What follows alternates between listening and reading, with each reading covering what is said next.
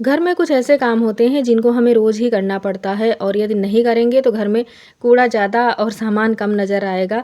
रोज़ करते-करते कुछ ना कुछ इसके लिए जुगाड़ू टिप्स ढूँढ ही लेते हैं। तो देखते हैं आज का पहला टिप्स क्या है? Hello friends, welcome to my channel Sarita tips and blog. Friends, आज के ब्लॉग में हमारे टिप्स आपको पसंद आते हैं तो प्लीज़ वीडियो को लाइक और चैनल को सब्सक्राइब ज़रूर करना। गर्मी के दिनों में बच्चे जब पढ़ाई करते हैं तो उनको ये समस्या बहुत होती है। कूलर के आगे बैठते हैं तो भी, फ़ैन के नीचे बैठते हैं तो भी। अब ज़रूरी नहीं कि सबके घर में एसी लगा हो, लेकिन ये सारी चीज़ें सबके घर में आसानी से मिल जाती हैं। तो ये टिप्स आप फॉलो कर सकते हैं। ये जो छोटा हेयर क्लिप है इसको भी आप यूज़ कर सकते हैं। क्लॉथ क्लिप भी आप ले सकते हैं। ज़रूरी नहीं है कि इन्हें हम बालों में ही यूज़ करें, इस तरीके से भी यूज़ कर सकते हैं। बहुत सारा क्लिप जिसका पेंट निकल जाता है तो हम उसे बालों में नहीं लगाते हैं, तो इस तरीके से यूज़ कर सकते हैं। इस तरीके वाला भी यूज़ हो जाता है बहुत आसान तरीके से। बहुत सारे यूज़ होते हैं।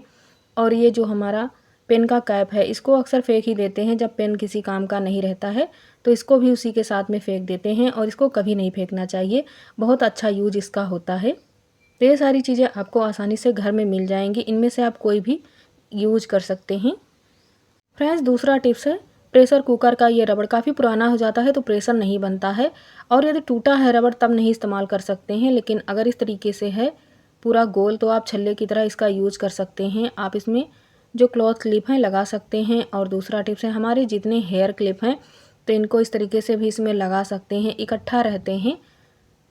कभी भी इसको बेकार समझ के ना फेंकिए, बहुत अच्छा इसका यूज हो जाता है। मैंने इसको अपनी अलमीरा में लगा कर रखा है। जितने भी हमारे हेयर क्लिप हैं तो मैं इसी में ऐसे हैंग कर देती हूँ, बहुत आसानी से मिल जाते हैं, ढूंढना नहीं पड़ता है और सारे एक ही जगह पर रहते हैं और इनमें से निकलते भी नहीं हैं। जब हम इनमें से निकालते हैं तभी निकलते हैं। खाना पकाने में भले ही नहीं काम कर रहा था, लेकिन इस जगह पर ये बढ़िया काम कर रहा है।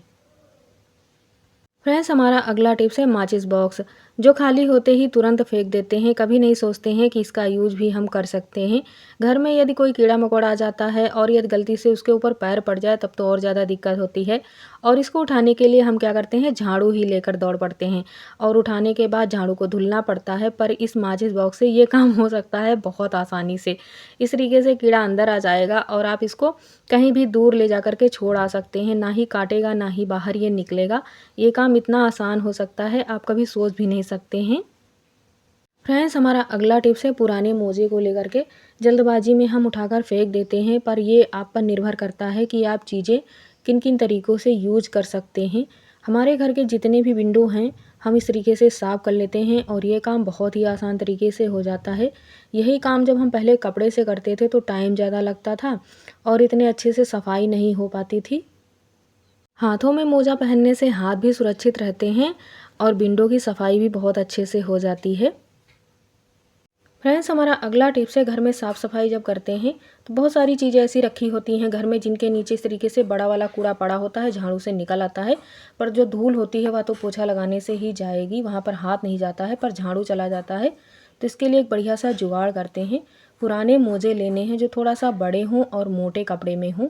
छोटे मोजे से भी काम हो जाएगा पर रिजल्ट इतना अच्छा नहीं आएगा जितना ये बड़े मोजे काम करते हैं।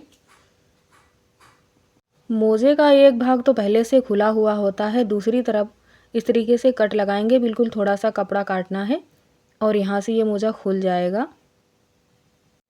अब हमें चाहिए झाड़ू, फूल वाली नारियल वाली दोनों पर हम आपको मोजे का यूज बताएंगे। दोनों झाड़ू आप इसमें अच्छे से यूज कर सकते हैं।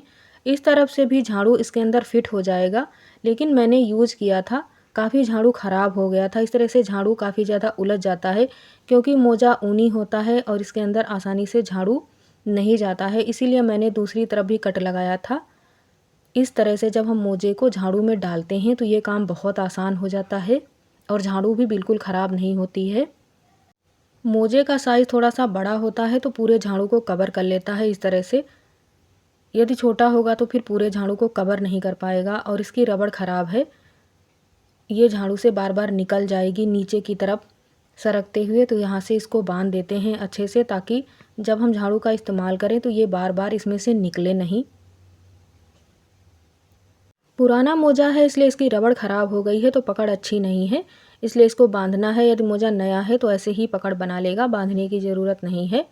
अब हम नारियल के झाड़ू में भी मोजे को फिट करेंगे तो यहाँ से मोजे को काट लेंगे। उसके बाद इस तरीके से हाथों से कर लेंगे ताकि ये आसानी से इसके अंदर पहुँच जाए। पीछे का तो ये थोड़ा सा मोटा है, तो इस तरीके से डालेंगे और आगे की तरफ इसको खींचते रहेंगे।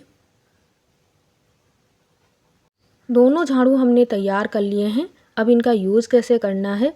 यूज़ करने से पहले इनके ऊपर हल्का हल्का पानी लगाएंगे। ये फूल वाली झाड़ू है इसलिए ज़्यादा नहीं गीला करेंगे, नहीं तो ये झाड़ू ख़राब हो जाएगी।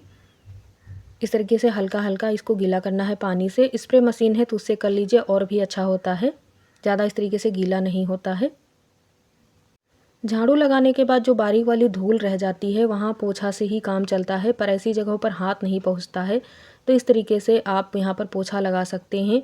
बहुत सारी ऐसे बेड अलमीरा जगह होती हैं जिनको हम बार बार रोज़ खींच नहीं सकते हैं, कभी कभार ही खींचते हैं। इसके लिए हमें दूसरों की मदद चाहिए। एक जगह से दूसरी जगह हटाने के लिए किसी ना किसी को बुलाना पड़ता है।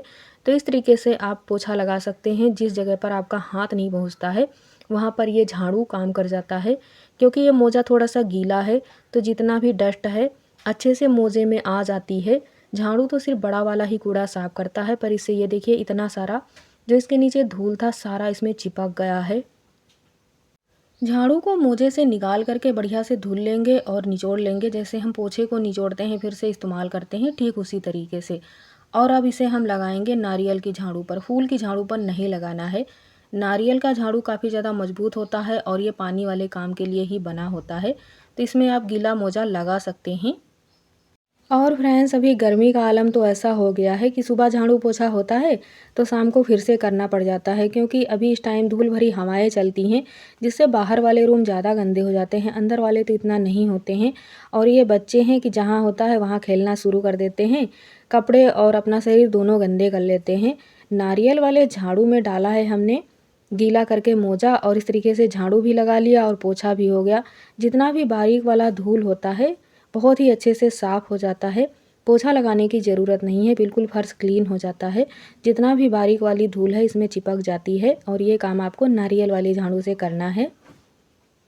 फ्रेंड्स, ये घर का बाहर वाला बरामदा ज़रा सी हवा चलते ही धूल से भर जाता है। सुबह जब झाड़ू लगाते हैं तो लगाने के बाद तुरंत नहाने का मन करता है, क्योंकि यहाँ बहुत ज़्यादा धूल होती है गर्मी के टाइम। ठंडी में इतना नहीं होता है। और जब गर्मी में इसको हम बार बार धुलते हैं तो पानी भी बहुत ज़्यादा ख़राब करते हैं। जहाँ एक बाल्टी से काम होना है वहाँ पर 10 बाल्टी गिराना पड़ता है, जिससे काफ़ी ज़्यादा बिजली का बिल भी बढ़ जाता है।